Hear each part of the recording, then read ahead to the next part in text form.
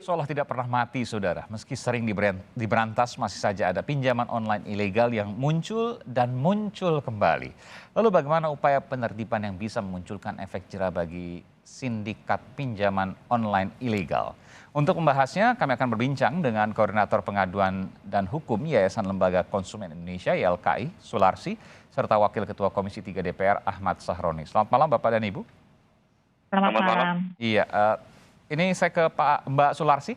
Mbak Sularsi, ini apresiasi untuk pihak polisian yang telah melakukan proses penyelidikan, bahkan penyidikan yang ada.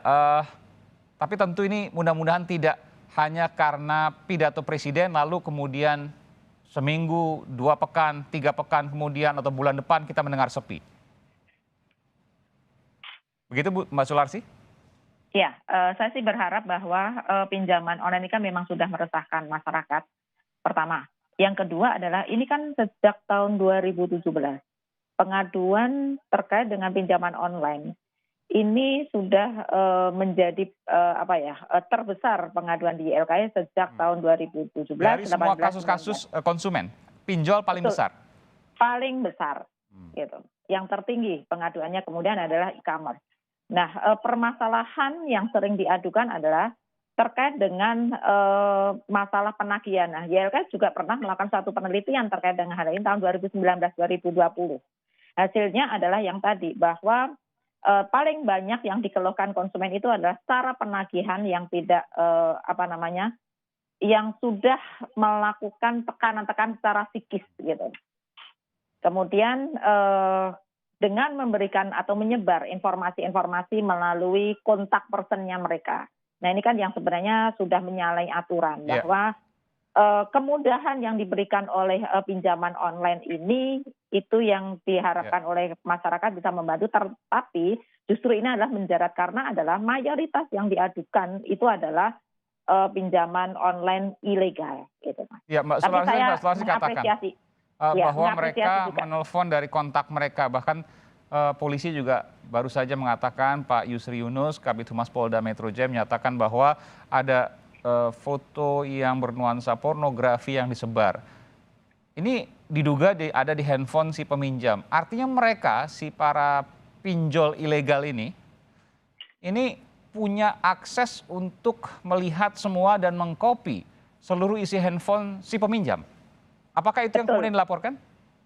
Ya, itu yang dilakukan oleh para pelaku pinjaman online ilegal ini, Mas Imain. Jadi sekali mereka daftar, mereka bisa menguasai isi semua handphone ini? Betul, karena kita sudah menyerahkan kepada nomor telepon tersebut dan mereka secara teknologi bisa melakukan satu akses. Nomor-nomor kontak dan nomor-nomor setelah foto-foto. Nah, yang menjadi permasalahan itu adalah yang menjadi korban bukan hanya si peminjam, tetapi yang bukan peminjam pun mendapatkan suatu teror yang tidak kalah seriusnya gitu. Apa itu? Ya, misalnya saya adalah meminjam, kemudian pimpinan saya misalnya, dia ada di dalam phone book saya. Kemudian yang dihubungi adalah bukan hanya saya, tetapi yang diteror adalah pimpinan, kemudian teman-teman yang ada di sekitar. Apa bentuk teror yang pernah dilaporkan, yang pernah Anda tahu, Mbak Sularsi? Ya, ancaman itu yang dilakukan. Kan nggak ada kaitannya atasan dengan yang bersangkutan. Betul, tidak ada kaitannya, tetapi mereka adalah dengan menelpon orang-orang terdekatnya, misalnya orang tua, suami atau istri, kemudian adalah pimpinan di perusahaan. Pernah juga ada suatu pimpinan perusahaan, direktur keuangan datang ke YLKI. Dia itu dipecat karena gara-gara meminjam pinjaman online, kemudian yang ditagih, yang diteror adalah pimpinannya. Untuk memberikan suatu keamanan, kenyamanan di dalam kantornya, akhirnya orang ini adalah dikeluarkan dari kantor tersebut. Nah, ini kan mempunyai efek domino yang sangat luar biasa dan ini memang sudah sangat meresahkan. Makanya kami mengapresiasi kepada kepolisian dan hal ini untuk diusut secara tuntas. Saya yakin bahwa pinjaman online yang ilegal satu ini memiliki perusahaan-perusahaan yang lain yang ilegal. Itu makanya ini yang harus cepat segera diselesaikan dan perlu adanya suatu penegakan hukum di proses secara selesai. Oke, ini kalau kita lihat ini adalah proses penggerebekan di salah satu pinjaman online ilegal. Bung Ahmad Sahroni, apa yang bisa Anda sampaikan di sini? Ini banyak sekali petugasnya, banyak sekali orang-orang operatornya ini, dan kelihatannya di tempat yang tersembunyi, lalu ya karena ilegal dan kemudian operasi mereka juga ilegal, tapi mereka masuk dalam aplikasi-aplikasi di ponsel kita? Terima kasih, selamat malam. Ya.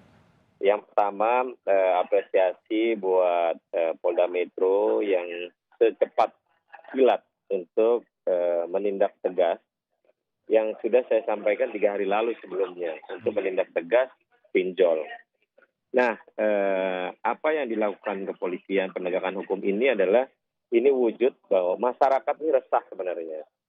Mereka dalam kondisi yang mungkin dalam situasi pandemik ini banyak menawarkan pinjol ini adalah bagian dari untuk mendapatkan kelebihan dari pinjaman online.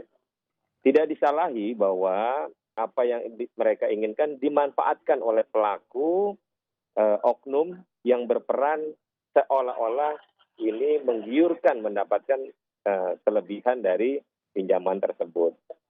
Nah, ini banyak terjadi di Indonesia dan pada saat sekarang ramai akan ditindak, nanti hilang dia berganti baju dengan metode yang lain.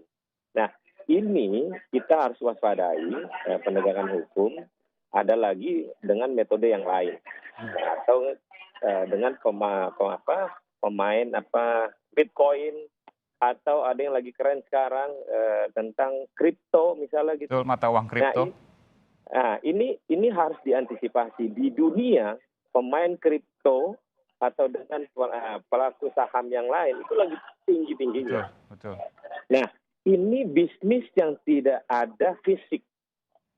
Nah, ini penegakan hukum harus melihat secara seksama, harus dimonitor dengan seksama agar tidak terjadi kepada masyarakat luas, terutama di negara kita ini. Oke, ini menarik. Jadi bukan hanya pinjaman online ilegal, tapi juga bentuk-bentuk investasi bodong. Ya, saya boleh katakan bodong ya, karena memang tidak terdaftar di lembaga resmi pemerintah dan juga uangnya bisa hilang, dibawa kabur dan sebagainya, skema ponzi atau yang lainnya.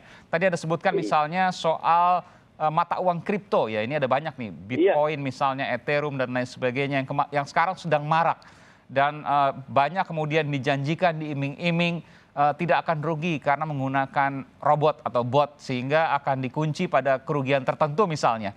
Tapi bahwa ini adalah bagian dari investasi bodong. Nanti saya akan pertanyakan soal ini juga, termasuk juga perkembangan soal pinjaman online ilegal. Selepas jeda kami akan segera kembali, saudara.